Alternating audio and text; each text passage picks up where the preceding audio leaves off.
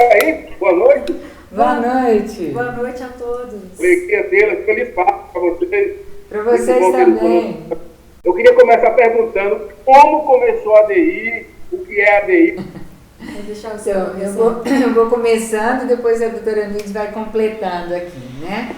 Então, algumas pessoas viram, acho que a live anterior, eu sou Maria Clara, e a doutora Eunides também, nós duas somos psicólogas, somos doutoras em psicologia e também pós-doutoras, e trabalhamos com o método ADI-TIP há bastante tempo, né? Nós somos uma das próximas, das discípulas da doutora Renate, que foi quem criou esse método, né? Então, como ele começou?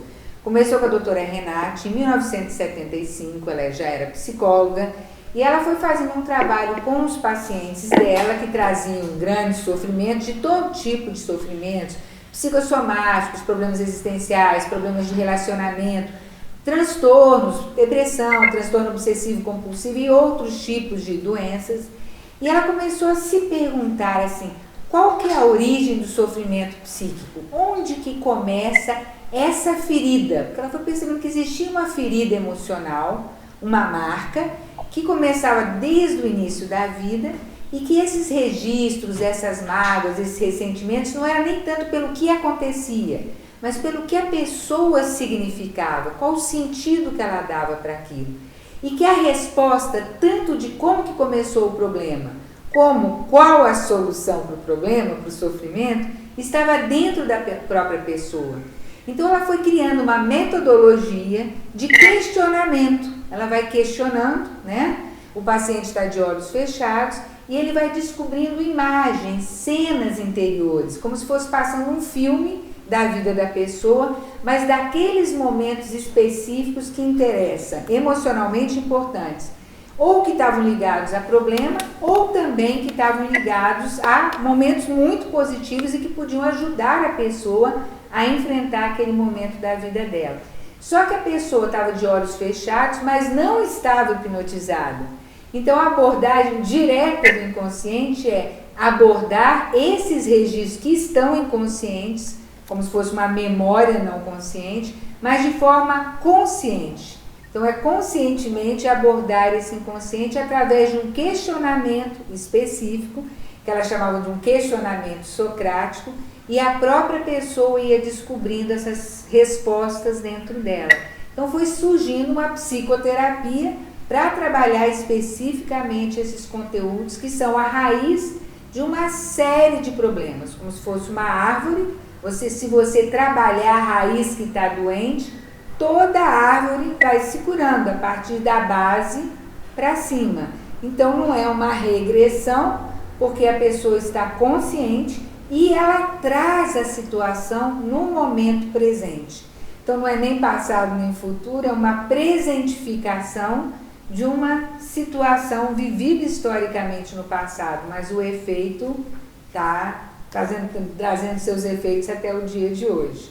Então, eu acho que vou deixar a doutora Eunides falar mais um pouquinho. Eu acho que essa introdução está boa, talvez alguém já queira ir perguntando e a gente vai começando a entrar com alguns casos clínicos para ir respondendo e tirando as dúvidas de vocês.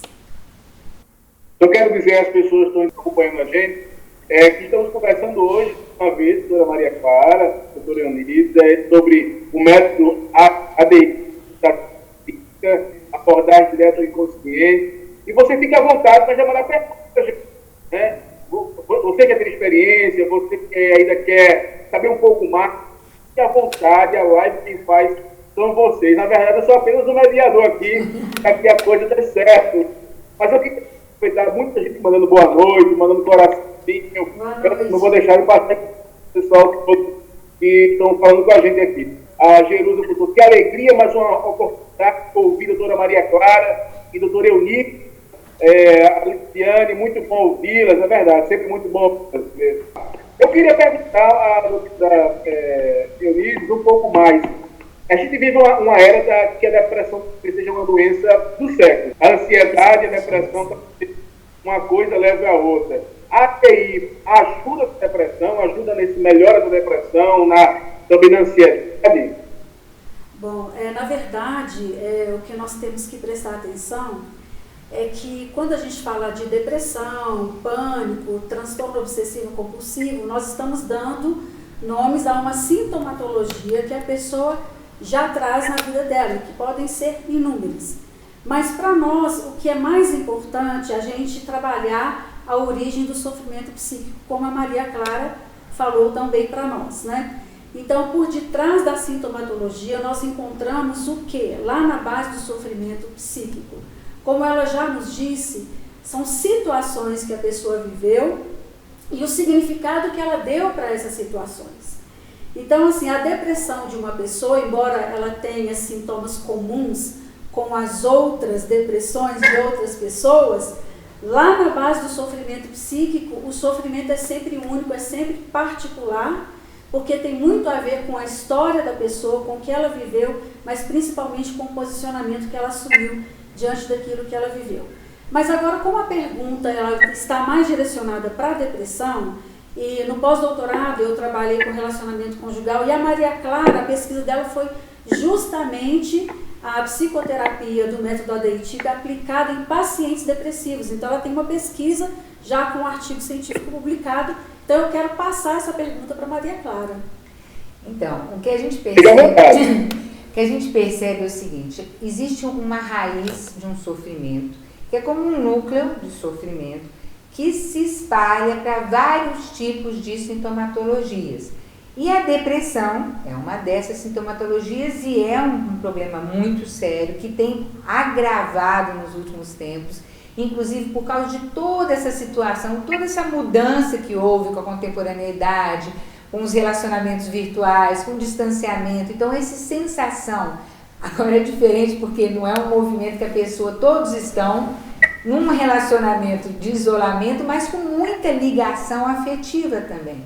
Mas a depressão é uma doença que uma das sintomatologias é esse sentimento profundo de solidão, um sentimento de não ser amado, de não ter valor, de inutilidade, que vai levando muito uma sensação de falta de sentido de vida. E essas ideias, principalmente ideias muito negativas que a pessoa tem sobre si mesma, ela tem um autoconceito negativo. E a pergunta, então, quando tem realmente todo um comprometimento bioquímico, mas existem raízes de sofrimento que a pessoa começou a construir essas ideias sobre si mesma negativas desde o início da vida.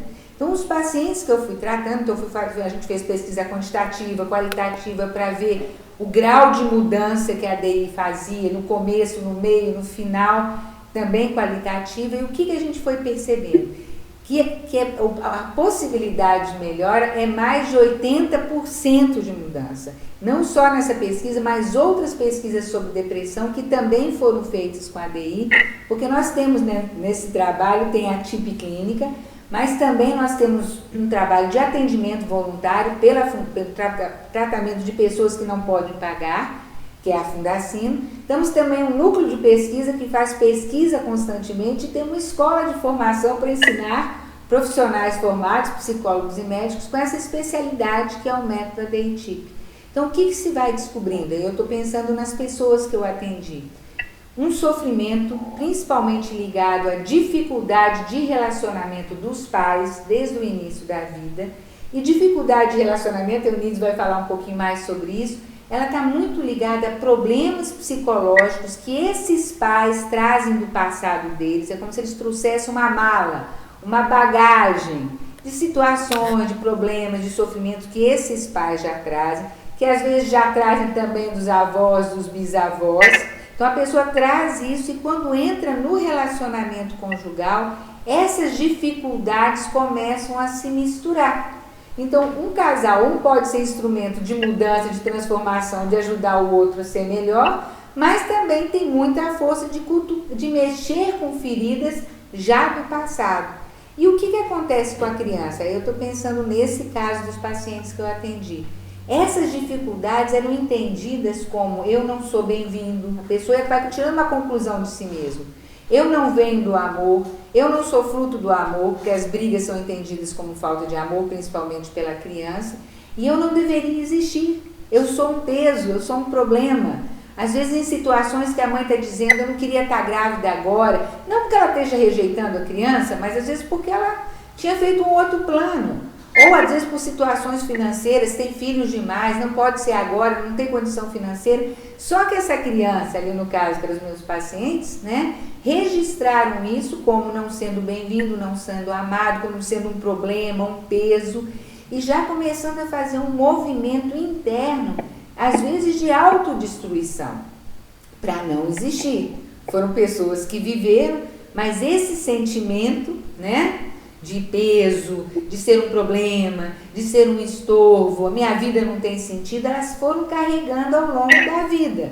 Então, às vezes, a depressão, nesses pacientes que eu atendi, tinha uma depressão crônica, já de 30 anos de depressão, 40 anos de depressão, tomando muita medicação, que melhora a sintomatologia, mas aquele pano de fundo de sofrimento fica ali, né? E alguns que não tinham nenhum sintoma de depressão e que às vezes em função de algum problema, alguma perda, alguma mudança na vida, alguma perda afetiva, ou às vezes alguma perda de trabalho, de repente parece que rompe a depressão, que é a depressão reativa, em função de alguma coisa que aconteceu. Só que o que a gente percebe é que a raiz dessa ideia de não ter valor, de não ser importante, já estava ali acompanhando essa pessoa, como se fosse um pano de fundo, de tristeza. Muitos falavam, fica escuro, a vida não tem cor, a vida é cinza. É um sentimento assim diante da vida, que já começa desde a infância. Então, o que a gente precisa fazer com a ADI? A gente precisa descobrir como que a pessoa foi construindo um jeito de ser, ou um modo de ser adoecido, em função do quê, por quê, para quê. Isso a gente vai investigando como se fossem dois detetives, o terapeuta e o paciente, porque é o paciente que tem essas respostas, o terapeuta não sabe. E o terapeuta da ADI, ele não analisa, ele não interpreta, ele não sugere, ele não induz, ele só pergunta. E a pergunta provoca uma resposta. E é uma resposta única, que só aquela pessoa pode descobrir e descobrir dentro dela mesma. Então é uma descoberta. Estava coberto e você vai tirando. Então vai abrindo os horizontes. A pessoa vai descobrindo tanto o motivo do sofrimento, mas também dentro da pessoa existe aquilo que pode curar. Mesmo porque a gente pode ir tratando esse pai e essa mãe dentro do inconsciente da pessoa, pode ir ajudando ela a ir compreendendo os sofrimentos que esses pais traziam e pode ir decodificando, que é mudando esse código existencial, essa ideia negativa que a pessoa tem sobre si, que ela mesma construiu. Então, quem que pode mudar? Somente ela mesma. Antes de passar para a doutora Eunice, eu queria ser muito marcante você descobrir horizontes da sua própria existência, daquilo que estava dentro de você, daquilo que era você, mas você não sabia, ou você agia de uma forma que talvez você não soubesse por quê. A razão de fazer. E ela bem falou, só para resumir para quem está chegando agora, que nós somos fruto das bagagens dos nossos pais, que vem dos avós, que vem até de outras gerações, né? Porque a gente é fruto de um grupo familiar. É isso, doutora Eunice? É por aí.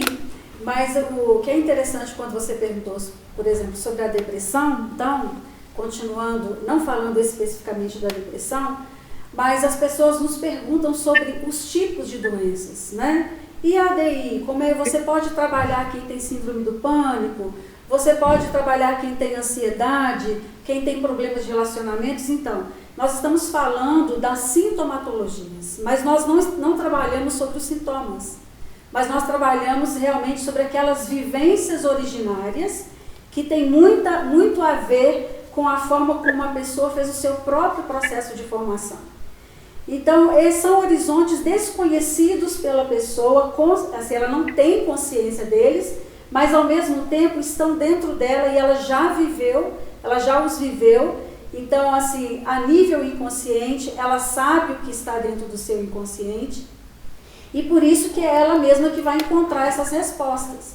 Agora, o que nós vemos na base do sofrimento humano, isso que é muito importante, porque não se dá muito valor à vida humana no útero materno, na infância, no sentido de pensar que é a base da estruturação da nossa identidade, da nossa personalidade, da nossa afetividade. Ou seja, são aqueles primeiros tijolinhos que a pessoa vai colocando na base e depois tudo que vai acontecendo na vida dela vai se somando a essa base e a esse olhar que a pessoa já construiu sobre si mesma, sobre os outros e sobre o mundo.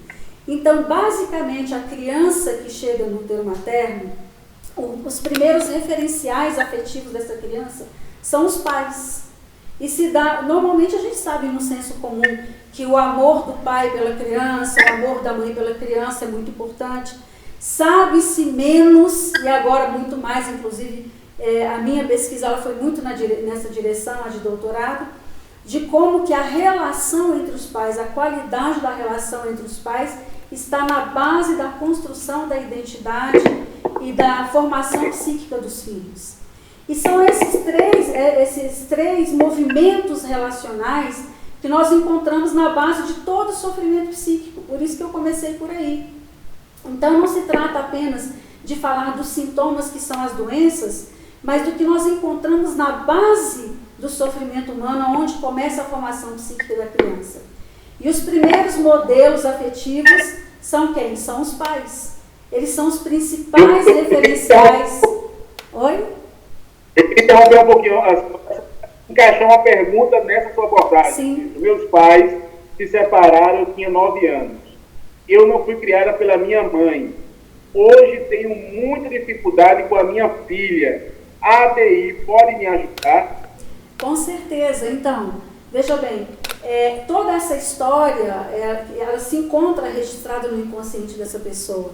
Mas não só essa história que ela conhece dos pais que se separaram quando ela tinha 9 anos, né? Mas toda a história anterior aos 9 anos, também marcada por momentos de amor, de compreensão, de doação, porque a gente vai percebendo que a separação, quando ela acontece, ela não é necessariamente porque o amor deixou de existir, mas ela é em função mesmo dos sofrimentos psíquicos que cada um dos cônjuges traz da sua história de vida, a sua herança psíquica intrafamiliar, que não trabalhada vai se presentificando no relacionamento dos dois.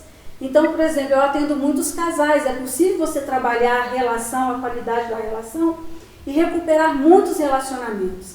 E não apenas trocar de parceiro, mas repetindo o mesmo tipo de problema, porque a pessoa que não trabalhou as suas questões psíquicas, muitas vezes ela rompe uma relação, ela entra numa outra relação, mas com os mesmos tipos de problemas ela vai repetir a mesma temática dos mesmos tipos de jogos conjugais, a maneira como ela se relaciona com o outro. Mas o mais importante, voltando agora para a formação psíquica da criança, é que a criança, quando ela surge na fase intrauterina, ela busca realmente o referencial de amor dos pais. Não só o amor do pai e da mãe para com ela, mas ela presta atenção na qualidade da relação dos pais, e essa qualidade de relacionamento entre os pais se torna para ela um modelo de se relacionar, não só com ela mesma, mas com o mundo e com os outros. E com os filhos. Com os filhos também.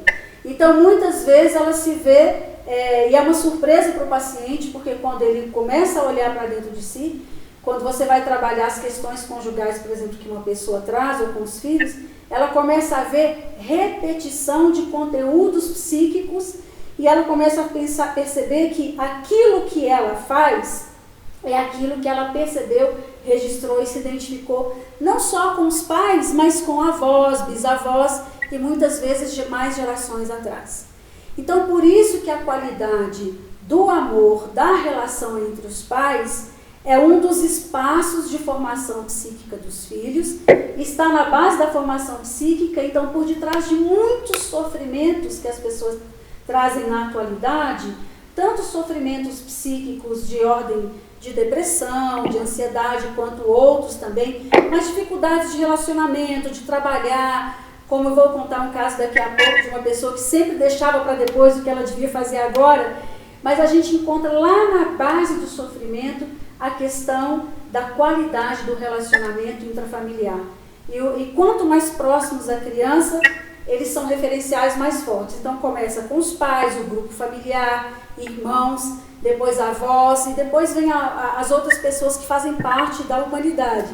Mas os primeiros referenciais, aqueles que são a base realmente para a criança, são os pais. Então ali ela vai desenvolvendo, ela vai se formando, ela vai desenvolvendo a personalidade, a identidade, a afetividade, o modo como ela vai ser no mundo, a partir desses referenciais, desses modelos que ela tem. Então, se em algum momento ela encontra, por exemplo, desentendimento entre os pais, aquele conteúdo que está presente naqueles desentendimentos entre os pais, a criança, ela presta atenção, ela se posiciona, ela se identifica e ela constrói um modo de ser a partir daquilo que se apresenta para ela. Então, assim, nós temos que cuidar da qualidade, por exemplo, da relação dos pais com os filhos, sim, mas pouco se sabe que se deve cuidar da relação, da qualidade entre o par parental. E eu estou falando do par parental em atenção a essa pessoa que diz que os pais se separaram quando ela tinha 9 anos. Porque é lógico que para a criança é sempre melhor quando os pais buscam trabalhar os seus sofrimentos, as suas dificuldades, e que eles façam um esforço no sentido de se entenderem e de melhorarem a qualidade da vida conjugal. Porque a criança, ela percebe tudo, ela não precisa estar presente para sentir que os pais estão bem ou que os pais não estão bem. Ela vive a nível inconsciente, ela aprende tudo que acontece ao seu redor. Então, mas também aquele casal que já se separou e que tem filhos, isso não quer dizer que porque se separaram, não é necessário uma qualidade na relação entre os dois, porque eles continuam sendo referenciais para aquela criança. Então, né? Exatamente. Então, eles precisam ser amigos e trabalhar, inclusive, todo o processo de separação, no sentido de que eles construam uma relação de qualidade para que os filhos não continuem a sofrer, porque é importante que eles se entendam nesse sentido. Então, só pegando aqui o gancho, né? Existe uma tendência, como ela falou aqui, muito forte da gente acabar repetindo na nossa vida e com os nossos filhos aquelas dificuldades que a gente teve com os nossos pais.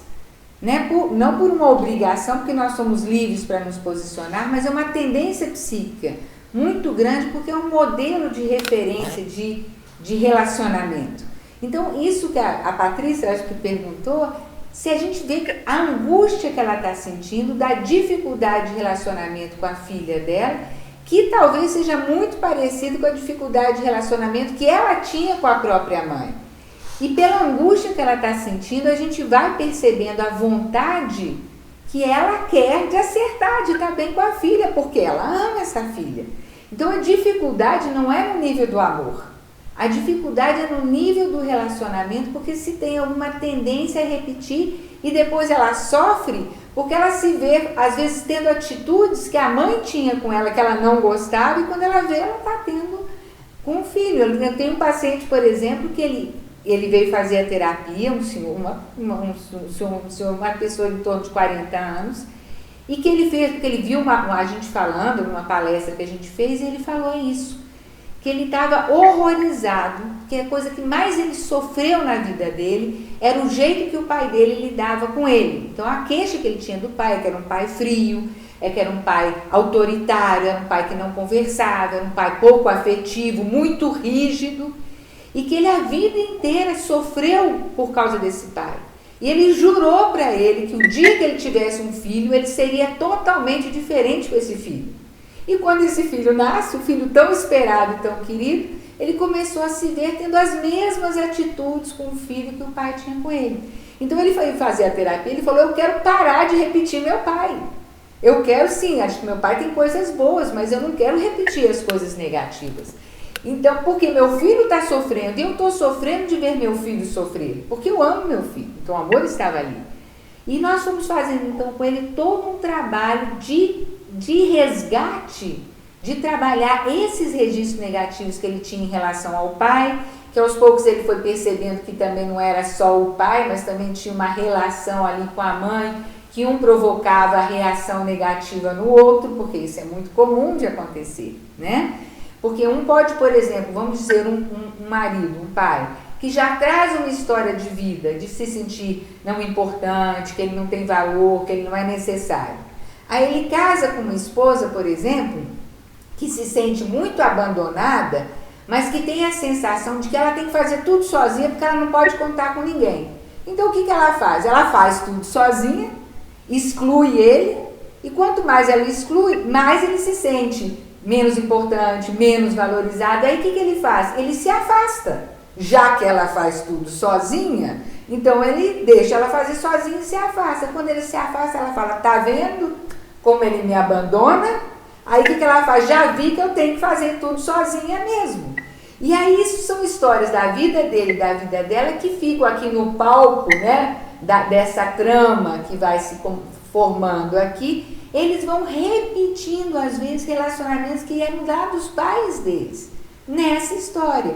E o filho, que é o terceiro elemento, né? Pode ser um filho, 2 filhos, mas cada filho tem um posicionamento diante disso, começa a entender que essa briga dos pais é falta de amor.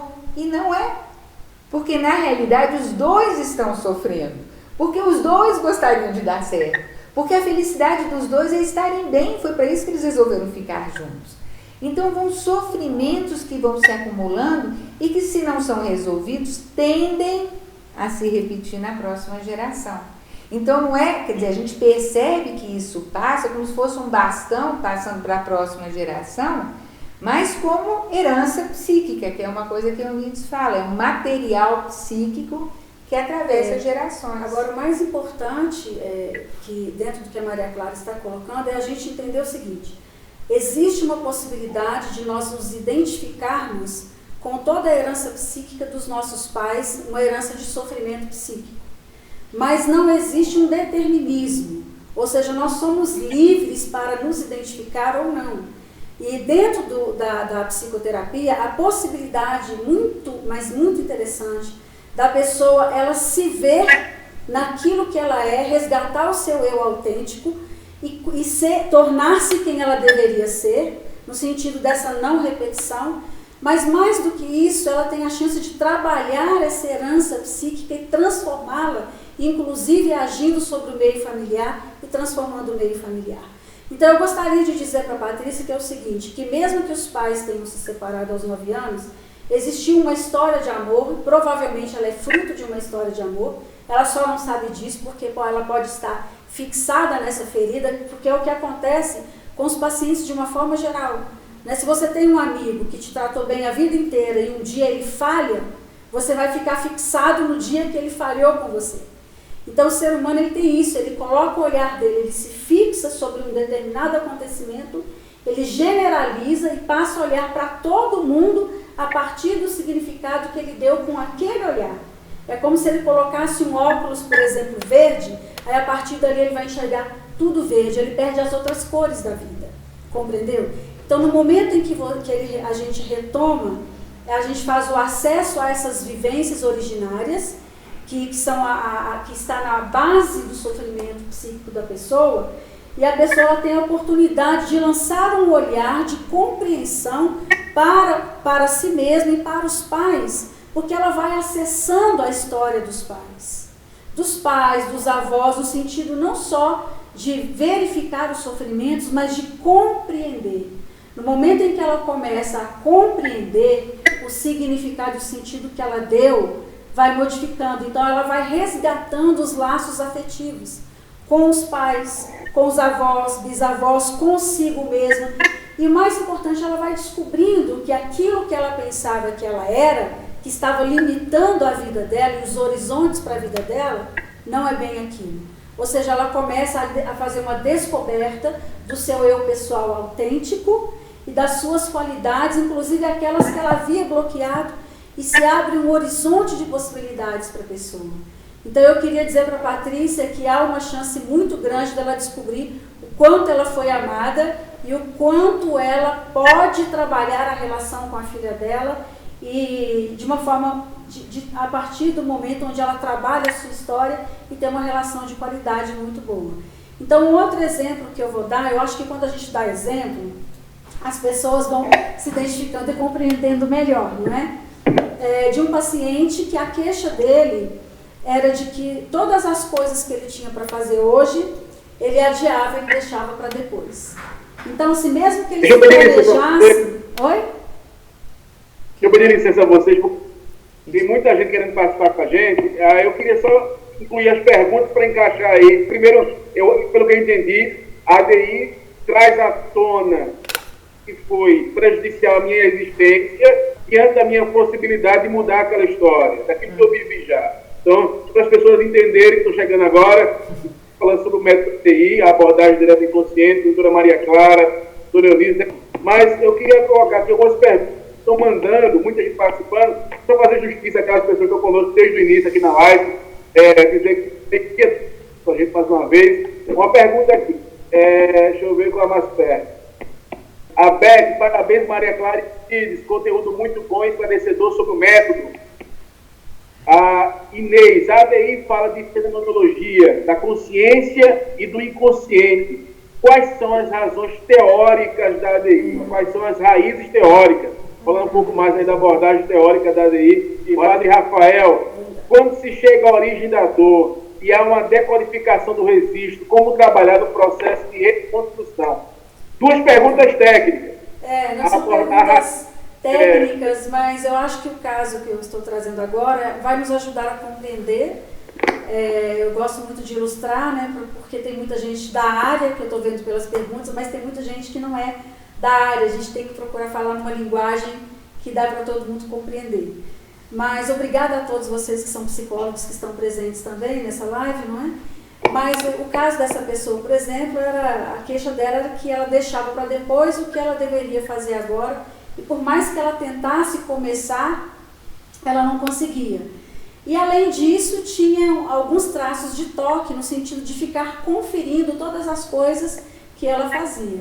Então, uma das raízes de sofrimentos, porque quando a gente fala raiz de sofrimentos, é que a ADI ela te dá a possibilidade de acesso às primeiras vivências, que são as vivências originárias, que são aqueles posicionamentos assumidos, e a gente vai vendo que o sofrimento do ser humano não é tanto pelo que acontece a ele, mas pelo posicionamento que ele assume diante daquilo que acontece. Só retomando para quem entrou agora, tá? Então, mas esse paciente, por exemplo, o que ele percebeu? Que no momento que a mãe chegou para o pai e falou, estou grávida, o pai teve uma reação de espanto e ele começou a falar, mas você não podia estar grávida agora, você não podia estar grávida agora, né? E ela ficou muito magoada com essa reação dele, porque eles estavam esperando há muito tempo um filho, o filho tinha chegado e ela não entendeu como que ele pode ficar bravo e perguntar por que você está grávida agora. Então, o que ela fez? A mãe, isso o paciente tudo foi uma descoberta, ele não tinha consciência disso. Ele descreve a mãe, porque a terapia é toda perguntada, é o paciente quem percebe e descreve, virou as costas para o pai, muito magoada, e pensou assim, olha, ele não quer esse filho, então ele não nos ama, ele não é a pessoa que eu pensava, e ela julgou que ele era sem amor e ruim. A criança, no útero, ela apreende não só aquilo que acontece no sentido do que é falado, mas ela apreende o estado psíquico e emocional dos pais no momento em que tudo acontece. Então ela foi percebendo como que essa mãe foi se fechando. E teve uma frase da mãe ali, no momento que ela pensou, que a criança olhou para ela e se fixou e deu um significado. No momento em que ela falou assim, olha, então é só eu que vou amar esse filho. Eu não posso contar com o amor dele. E nesse momento, então, ele se viu assim, partido ao meio, dividido, a metade dele mais clara, a metade mais escura, e ele pensando assim, então, se o meu pai é ruim, e se o meu pai não ama, eu só posso contar com a mãe, o amor da minha mãe, eu só vou existir pela metade, eu sou a metade. A metade de mim é boa, a outra metade não é, então eu não quero a outra metade que não boa, que ele entendeu que era o pai, então eu vou existir pela metade, eu sou a metade. E aí estava o autoconceito, que é o significado que ele deu a si mesmo. Então a gente só faz perguntas, a gente não interpreta. Então eu perguntei, mas como é que isso se expressa na sua vida? Vamos ver um momento da sua vida para entender como que isso se expressa. Isso pode se expressar de várias maneiras, porque uma raiz, ela pode ter dezenas de sintomas que se desenvolvem a partir de um autoconceito. Então ele se viu aos 10 anos, a professora passou uma tarefa para ele, e ele começava a tarefa e ele parava na metade da tarefa, ele não conseguia concluir, e aí ele voltava no início, ia até a metade, voltava no início, ia até a metade, voltava no início. Que era o sintoma dele de ficar conferindo várias vezes o que ele fazia. E eu perguntei assim, mas qual que é o problema aqui?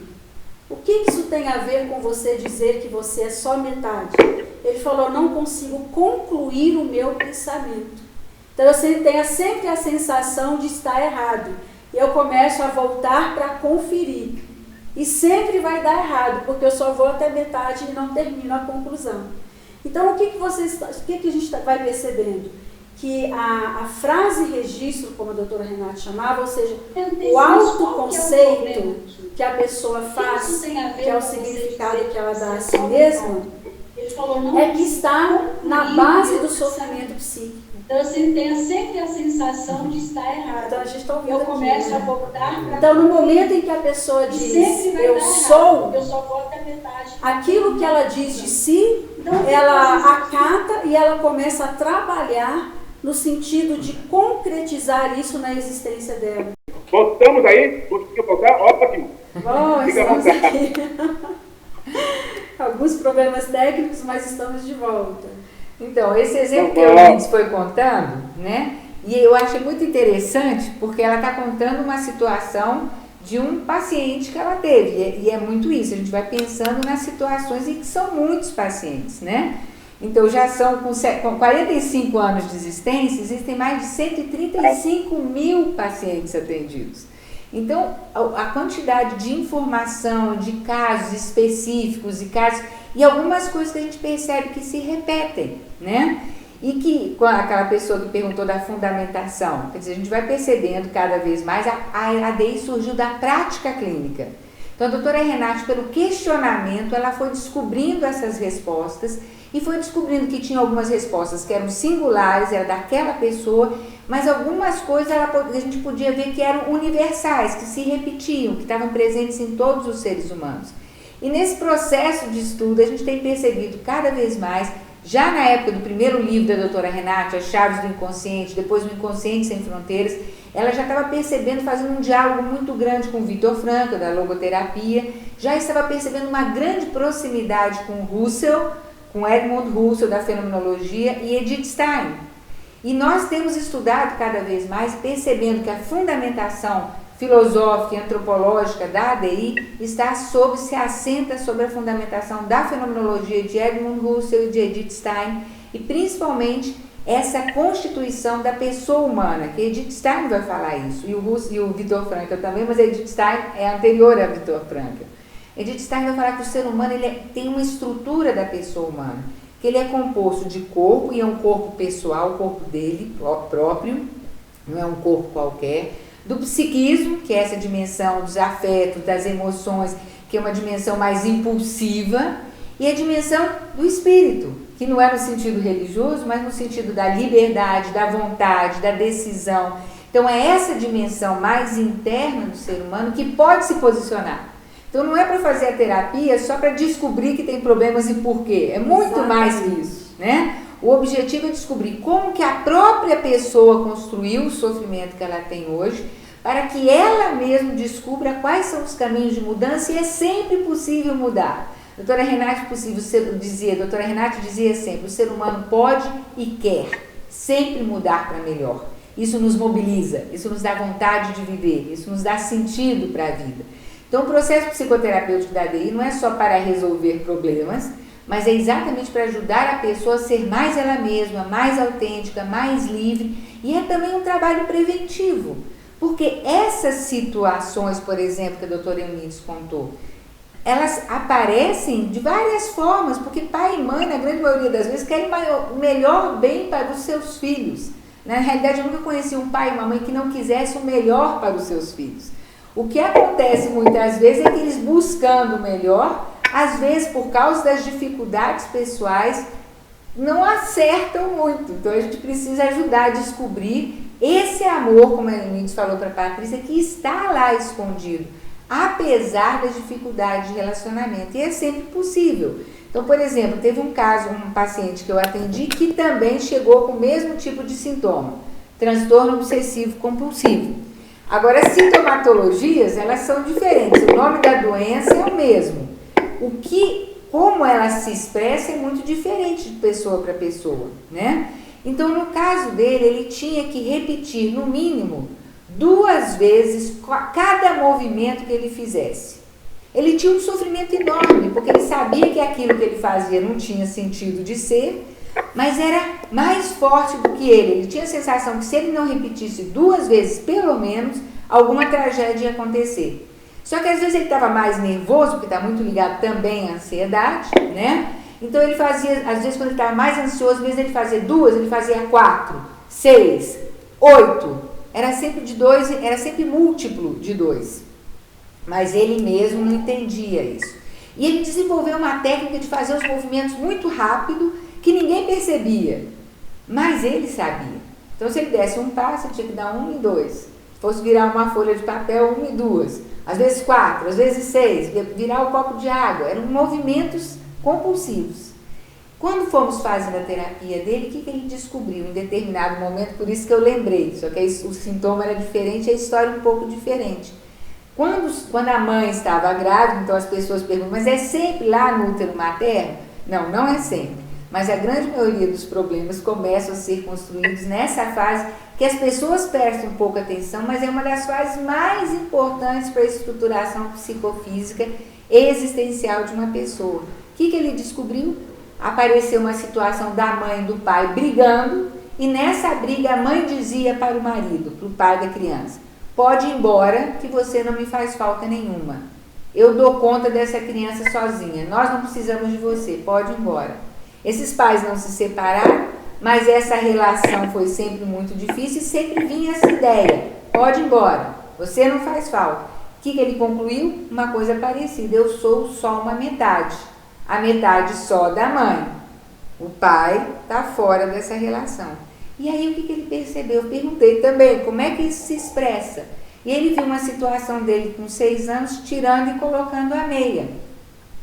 Nervoso, tinha uma situação dos pais brigando e ele colocando e tirando a meia, colocando e tirando a meia.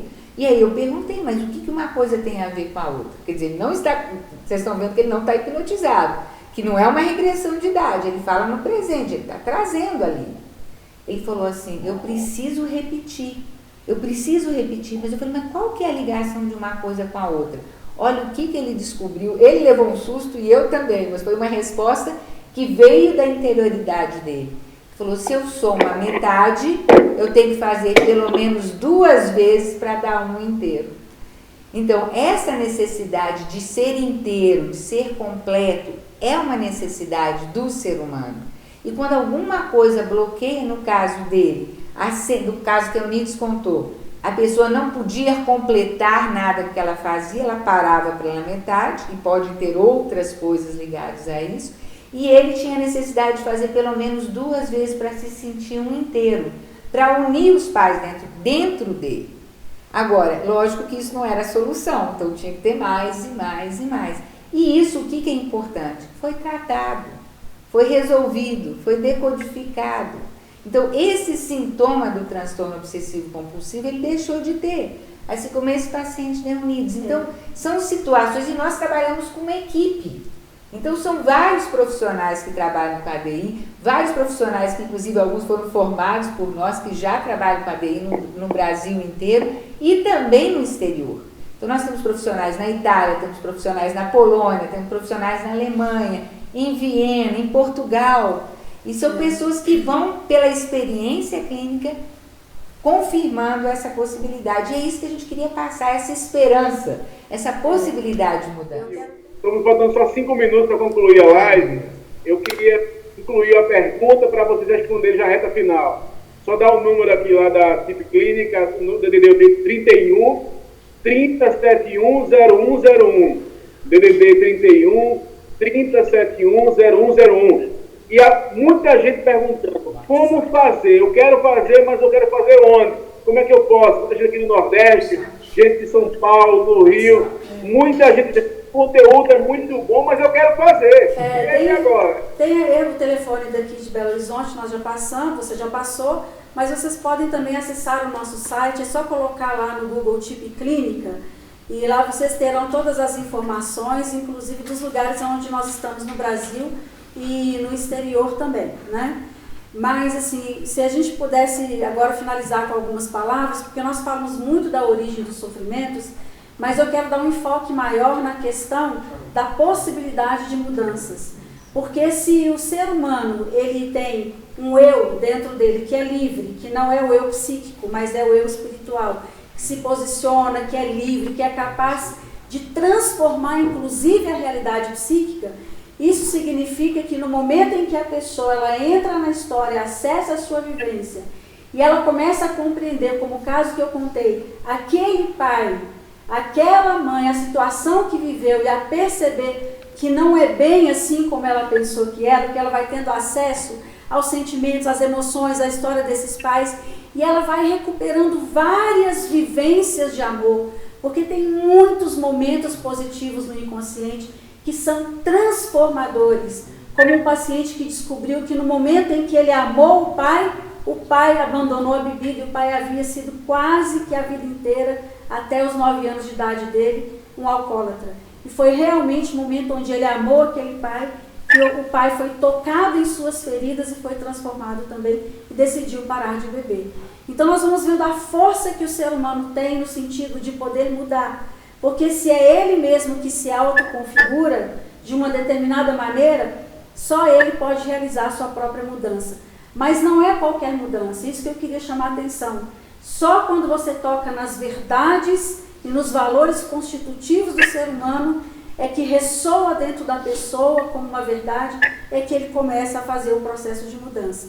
Então, por isso que não é hipnose, por isso que não é sugestão, e é a pessoa que tem que encontrar as respostas dentro dela no sentido de realizar essa mudança, tá? Agora aqui temos para vocês o telefone do WhatsApp, para quem quiser conversar, que é 31 esse aqui, Thiago? É 31 9949 30001. Vocês podem conversar com o Thiago mesmo, com a nossa equipe pelo WhatsApp, tá?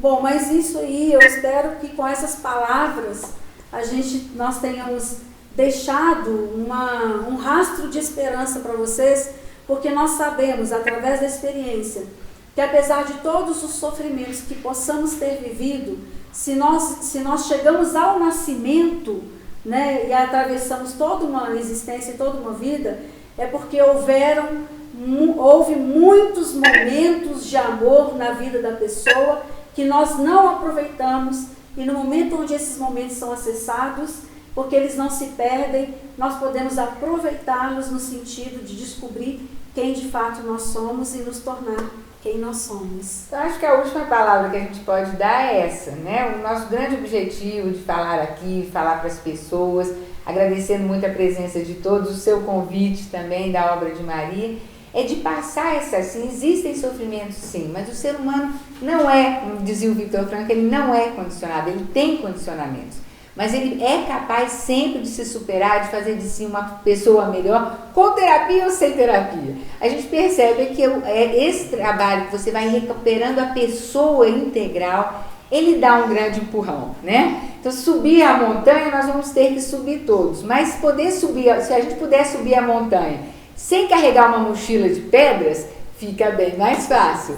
Então é nesse sentido de dar uma força, uma esperança e lembrar, aproveitando esse momento que estamos todos mais perto da família, até pelas circunstâncias, de que cada momento, cada carinho, cada beijo, cada abraço, isso fica guardado para sempre, né? O amor realmente ele tem força de eternidade, não se perde, nenhum gesto de amor se perde. Então vamos fazer mais para fazer um mundo melhor. Essa é a nossa esperança. O que a gente queria deixar para vocês. Eu ficaria 2, 3, 4 horas conversando com vocês. porque tem conteúdo bom, muita participação, muita gente pedindo mais lives. Aí é com vocês. Daqui a pouco eu vou virar o mediador oficial da Tip Clínica. Você vai querer fazer junto. Mas eu quero mesmo. Seria interessante a gente até falar um pouco mais sobre reforço. Muitas perguntas ficaram pendentes. Quero pedir desculpa, mas mande aí, acesse clínica.com.br, mande perguntas para elas. Essa live vai ficar salva, então você vai poder também compartilhar, assistir o que perdeu. Quero só abraçar todos que ficaram conosco até agora. Eu poderia reiniciar a live, porque o Instagram da Alvira de Maria segue uma programação, depois de mim vem oração e muitas outras coisas, e dizer muito obrigado, doutora Maria Clara, doutora Eunice. Nós que agradecemos. Muito obrigado mesmo. Obrigado. Nós agradecemos, um grande beijo para todos. Obrigada aí pelos que mandaram um beijo.